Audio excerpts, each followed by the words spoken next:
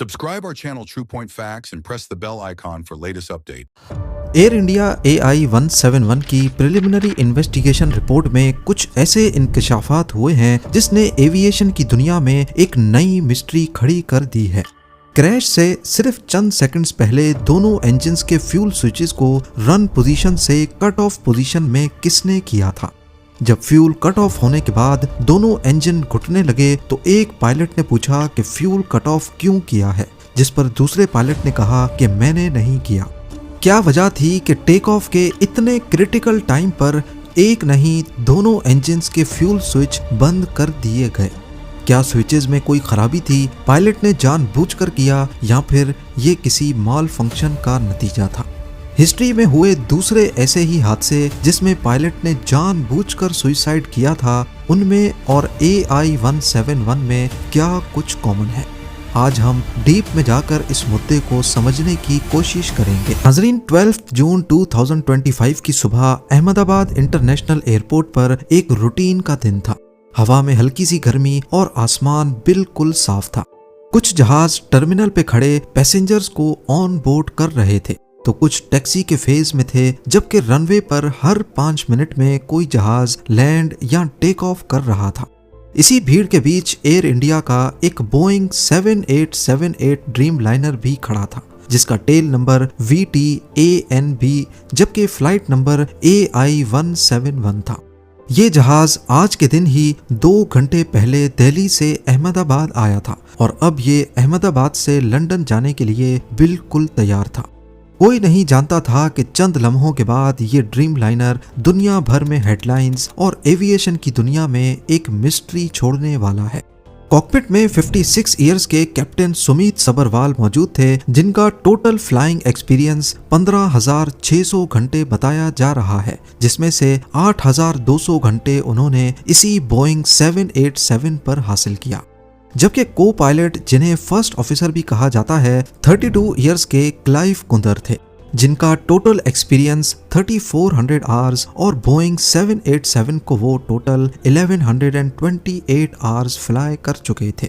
Report में बताया गया है कि दोनों पायलट्स ने फ्लाइट से करीब 1.5 घंटे पहले ब्रेथ एनालाइजर टेस्ट पास किया और फ्लाइट के लिए बिल्कुल परफेक्ट पाए गए। यही सेम एयरक्राफ्ट VTANB दिल्ली से फ्लाइट AI-423 ऑपरेट करते हुए अहमदाबाद पहुंचा था। पिछली फ्लाइट में एक छोटा सा टेक्निकल इशू आया था, जिसे एयरक्राफ्ट मेंटेनेंस इंजीनियर ने ट्रबल शूटिंग करके क्लियर कर दिया। अब ये जहाज अपनी अगली परवाज के लिए बिल्कुल तैयार था।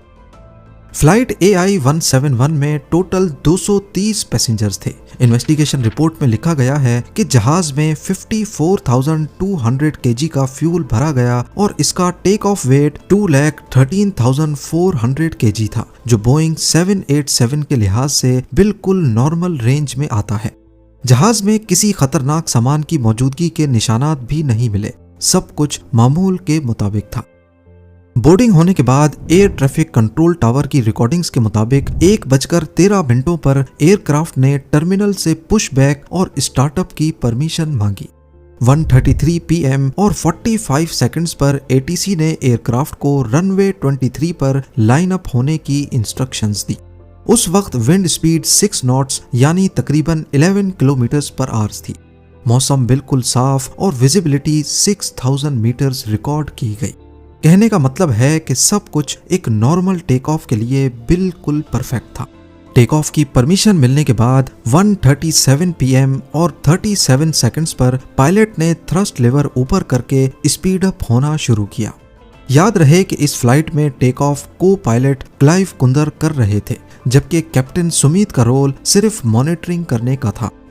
Enhanced airborne flight recorder data के मुताबिक एयरक्राफ्ट ने 1:38 PM और 33 सेकंड्स पर V1 स्पीड हासिल कर ली। ये 153 नॉट्स या फिर 283 किलोमीटर पर आवर की स्पीड होती है, जिसके बाद टेक ऑफ को अबॉर्ट करना मुमकिन नहीं होता।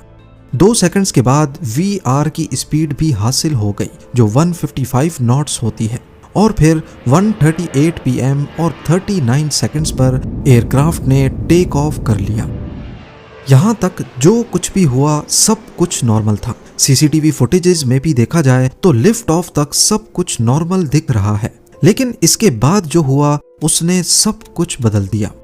तकरीबन 3 सेकंड्स के बाद एयरक्राफ्ट ने 180 नॉट्स की स्पीड भी अचीव की, जिसका मतलब है कि टेक ऑफ के 3 सेकंड्स बाद तक भी इंजन थ्रस्ट प्रोड्यूस कर रहा था। एनहांस्ड एयरक्राफ्ट फ्लाइट रिकॉर्डर की मदद से मालूम पड़ा कि इसके फौरन बाद इंजन 1 और इंजन 2 के फ्यूल कट ऑफ स्विचेस एक के बाद एक सिर्फ 1 सेकंड के वक्फे से रन पोजीशन से कट ऑफ पोजीशन में तब्दील हो गए। इंजन की फ्यूल सप्लाई अब कट गई और उनकी N1 और N2 वैल्यूज तेजी से गिरने लगी, यानी इंजन का थ्रस्ट तेजी से कम होने लगा। कॉकपिट वॉइस रिकॉर्डर, जिसमें कॉकपिट की तमाम आवाजें रिकॉर्ड होती हैं, उसमें सुना गया कि ठीक इसी पॉइंट पर एक पायलट कहता है कि तुमने फ्यूल स्विच क्यों कट किया है, और अगले ने बोला कि मैंने नहीं किया। इन्वेस्टिगेशन टीम को अभी तक ये नहीं पता चला कि किस पायलट ने ये सवाल किया था और किस पायलट ने जवाब दिया। सीसीटीवी फुटेज में भी लिफ्ट ऑफ के फौरन बाद ही रैम एयर टरबाइन डिप्लॉय होता दिखाई दिया, जिसे शॉर्ट में रैड भी कहते हैं। ये एक इमरजेंसी पावर सोर्स होता है जो इंजन बंद होने पर ऑटोमेटिकली डिप्लॉय हो जाता है। ये पावर जहाज के मेन इलेक्ट्रिकल सिस्टम को चलाने के काम आता है। रैट का डिप्लॉय होना इस बात की निशानी है कि जहाज में कुछ ना कुछ अनयूजुअल जरूर हुआ था। फुटेज में भी देखा गया कि जहाज अपना एल्टीट्यूड तेजी से खो रहा है और EAFR डेटा से भी ये बात साबित होती है, क्योंकि उस वक्त दोनों इंजन्स की N2 वैल्यूज अपनी मिनिमम आइडियल स्पीड से भी कम हो गई। 1:39 PM और 5 सेकंड्स पे ATC की रिकॉर्डिंग्स में मेडे का डिस्ट्रेस सिग्नल रिकॉर्ड हुआ। जब ATC ने कॉल साइन पूछा तो आगे से कोई जवाब नहीं मिला। साथ ही ATC ने एयरक्राफ्ट को एयरपोर्ट बाउंड्री के बाहर क्रैश होते देखा और इमरजेंसी रिस्पांस फौरन एक्टिवेट कर दिया गया। एयरक्राफ्ट रनवे 23 की सीध में 1600 मीटर्स दूर पहले आर्मी मेडिकल कॉर्प्स की एक बिल्डिंग की चिमनी से टकराया और फिर BJ मेडिकल कॉलेज हॉस्टल से टकरा गया। पूरा मलबा पहले इम्पैक्ट पॉइंट से तकरीबन 1000 फीट लंबे और 400 फीट चौड़े इलाके में फैल गया। इस हादसे में 12 क्रू मेंबर्स और 229 पैसेंजर्स की जान चली गई, जबकि जमीन पर 19 लोग भी इस हादसे का शिकार हुए। सिर्फ एक मुसाफिर कुदरती तौर पर इमरजेंसी एग्जिट के पास बैठे रहने की वजह से किसी तरह बचने में कामयाब हो गया। 15 पेज की इस इब्तदाई इन्वेस्टिगेशन रिपोर्ट में एक एक चीज डिटेल में लिखी है। जैसा कि क्रैश के बाद मलबे से फ्लैप हैंडल असेंबली मिली जो 5 डिग्री की फ्लैप पोजीशन में मौजूद थी, जो कि एक normal take off flap setting होती है, और ये चीज EAFR डेटा से भी कंफर्म हुई। Landing gear lever down position में मिला और थ्रस्ट लिवर बेशक काफी जल चुका था, लेकिन क्रैश होने तक फॉरवर्ड पोजीशन में ही था। जबकि सबसे अहम चीज fuel control switches run position में ही पाए गए, यानी कि क्रैश से पहले पायलट्स ने वापस फ्यूल स्विच ऑन कर दिए थे। अब ये फ्यूल स्विचेस नॉर्मली ऐसे डिजाइन होते हैं कि सिर्फ कोई इंसान ही इन्हें बंद या खोल सकता है। दोनों स्विचेस के लेफ्ट और राइट पे एक लॉकिंग मैकेनिज्म दिया गया है। इस लॉकिंग मैकेनिज्म का काम है स्विच को एक्सीडेंटली ऑन या ऑफ होने से बचाना। जब भी पायलट को इंजन का फ्यूल ओपन करना हो तो इसमें पायलट के दोनों हाथों का इस्तेमाल जरूरी होता है। एक हाथ से लॉक को पुश किया जाता है और दूसरे हाथ से स्विच को पुल करके ऊपर या नीचे किया जाता है, और यही चीज सबसे हैरानकुन है, क्योंकि एक हाथ से फ्यूल स्विच चाह कर भी कोई ऑन या ऑफ नहीं कर सकता। अब अगर तो स्विच पायलट ने बंद नहीं किए, जैसा कि कॉकपिट वॉइस रिकॉर्डर में सुना गया, तो फिर किसने किए? और अगर ये गलती से भी हो गया तो सवाल ये है कि दोनों स्विचेस गलती से कैसे बंद हुए, वो भी एक के बाद एक। इन्वेस्टिगेशन रिपोर्ट में यह भी पाया गया कि दोनों फ्यूल स्विचेस 1 सेकंड के वक्फे से बंद हुए थे, जो कि बिल्कुल एक नॉर्मल ह्यूमन इंटरवेंशन लगता है। बाद में ये दोनों स्विचेस दोबारा ऑन भी किए गए थे, लेकिन तब तक बहुत देर हो चुकी थी। इन्वेस्टिगेशन रिपोर्ट के मुताबिक इंजन 1 के लिए फ्यूल कट ऑफ और दोबारा सप्लाई शुरू होने के बीच तकरीबन 10 सेकंड्स का वक्फा था, और इंजन 2 के लिए फ्यूल कट ऑफ और दोबारा सप्लाई शुरू होने के बीच तकरीबन 14 सेकंड्स का वक्फा था। इस बात के सबूत भी मिले हैं कि दोनों इंजन्स वापस से थ्रस्ट प्रोड्यूस करने ही लगे थे, लेकिन उसी वक्त क्रैश हो गया। अब यहाँ सबसे बड़ी मिस्ट्री ये है कि फ्लाइट AI-171 टेक ऑफ तक बिल्कुल परफेक्ट थी। इंजन से लेकर इसमें भरने वाले फ्यूल तक सब कुछ नॉर्मल था। इन्वेस्टिगेशन टीम ने फ्यूल टैंकर जिसकी मदद से AI-171 को रिफ्यूल किया गया था, उसके फ्यूल सैंपल्स भी लेकर लैब में चेक किए, लेकिन उसमें भी कोई गड़बड़ नहीं पाई गई। अगर सब कुछ ही परफेक्ट था तो फिर फ्यूल स्विचेस को जानबूझकर बंद क्यों किया गया, या कहीं उनका लॉकिंग मैकेनिज्म खराब तो नहीं था। रिपोर्ट में एक और अहम चीज का भी जिक्र है, और वो ये है कि FAA ने 2018 में एक स्पेशल एयरवर्दीनेस इंफॉर्मेशन बुलेटिन जारी किया था, जिसमें fuel control switch locking feature के निकलने के इम्कान के बारे में बताया गया था। यानी फ्यूल स्विच के लॉकिंग फीचर के निकलने का खतरा कहीं ना कहीं एविएशन इंडस्ट्री में मंडला जरूर रहा था। ये बुलेटिन, जिसे सैब भी कहा जाता है, बोइंग 737 एयरप्लेन्स के ऑपरेटर्स की शिकायत पर जारी किया गया था, जिसका मतलब है कि बोइंग 737 के कुछ एयरक्राफ्ट्स में ये मसला पहले भी रिपोर्ट हो चुका है।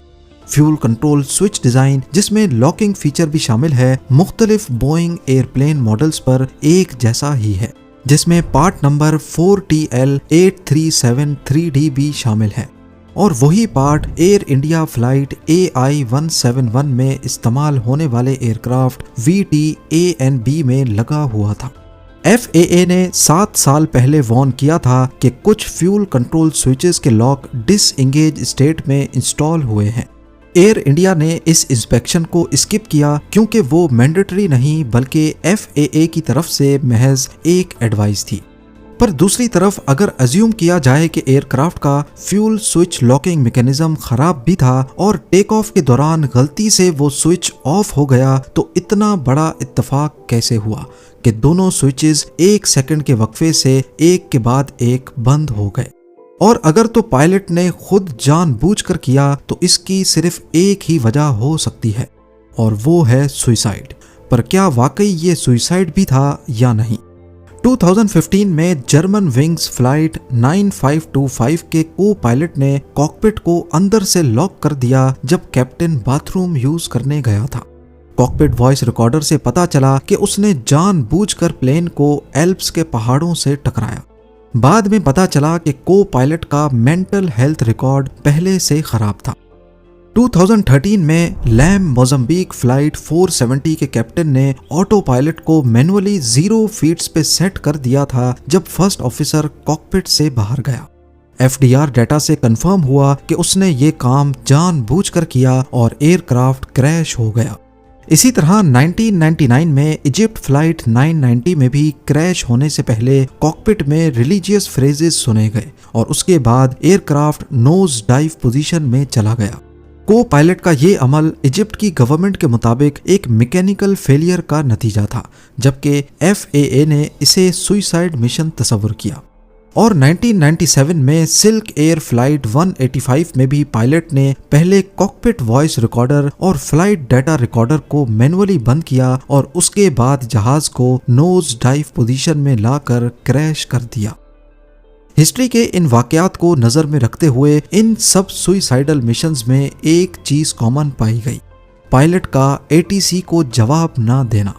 पर एयर इंडिया 171 के केस में जैसा इसे सोशल मीडिया पर सुसाइडल मिशन बनाकर दिखाया जा रहा है, वैसा हरगिज नहीं लगता, एटलीस्ट अभी तक की इन्वेस्टिगेशन के मुताबिक, क्योंकि पायलट ने एक पॉइंट पर आकर फ्यूल स्विचेस वापस ऑन किए थे।